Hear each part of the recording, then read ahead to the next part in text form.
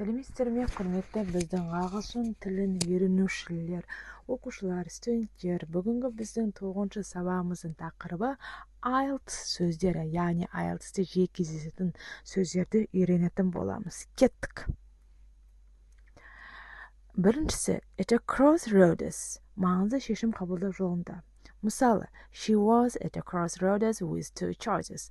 Яғни ол екі нұсқаны шешім қабылдады. Assign, тағайындау. Яғни, мысалы, assigned homework helps keep students organized.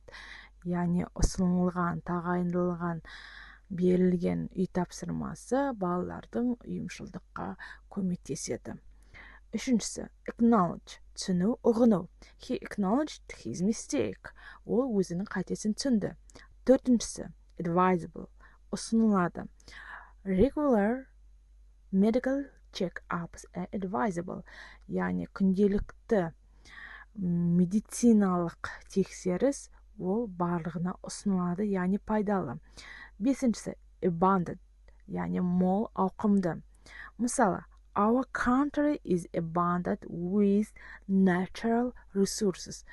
Яғни біздің ел табиғат ресурстарға өте мол, ауқымды және көп болып келеді деп аударамыз. Кеттік.